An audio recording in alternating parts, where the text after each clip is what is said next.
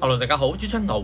自從上個月底凱旋門正式俾澳博收購成為澳博旗下嘅直營賭場之後聽講生意好好噃。今日去到現場，喺門口嗰度已經見到一大堆疑似扒仔同埋換錢黨企喺度食煙。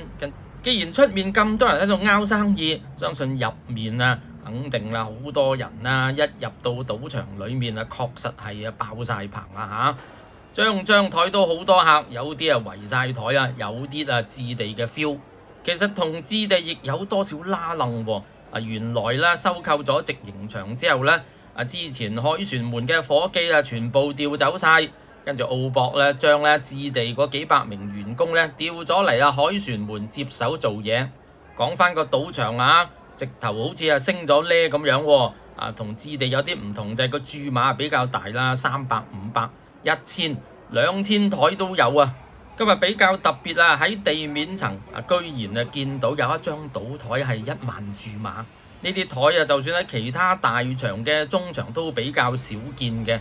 坐住3位東北大哥喺度，後面企咗2個公關，其中一個東北大哥就揸住5塊威化餅啡色㗎每個籌碼10萬，即係揸住50萬，仲有2個1萬散紙嚟嘅。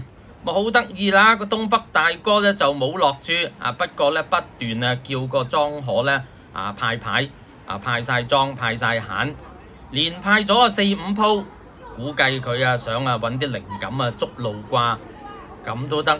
派咗幾鋪之後跟住落嚟個鋪佢真係落注推咗一口20萬落去。圍觀嘅人都戥佢有啲緊張一開結果佢就輸咗啦。跟住眼都唔眨直接起身走人3個東北大哥應該都係同一班人嚟嘅。跟住個可即刻叫經理點啲籌碼。無啦啦個中場嗰度突然間有張台1萬注碼特別高嘅，會唔會係賭場應個大客嘅要求開張大啲嘅注碼俾佢玩呢？咁呢個不得而知啦，賭場嘅嘢我唔熟嘅。之前講過1樓嗰度都開咗40-50張賭台喺上面今日都係好多人好墟冚。不過啲200蚊台幾乎唔見晒剩翻3幾張㗎其餘嘅台都係300、500、1000㗎。凱旋門似乎真係升咗呢喎，連啲賭客都賭大埋。至於高額區嗰邊700張台都係3000蚊嘅，其中張台見到啲大哥賭得幾大㗎有個就一嘢2萬蚊壓咗落莊度，一個就壓1萬蚊。結果一開牌到個閒3隻公仔，莊1隻公仔，1隻衫同1隻煙屎，買莊贏咗啦，皆大歡喜啦。今日所見凱旋門唔止啲客多連啲客嘅質素好似都有所提升喎，真係賭得大咗，同隔離咗有啲大場有得比㗎。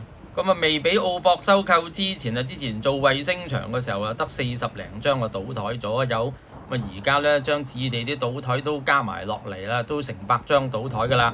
咁樣嘅話估計佢1月份嘅殺數應該都唔低啦以前衛星場嘅年代都成日試過殺過億嘅，而家加賭台加多咗1倍相信2億都嚟緊唔出奇揾到啲大客當然公關功不可沒啦。除咗賭場賺錢之外公關嘅收入都水漲船高啦。希望大家都係咁樣。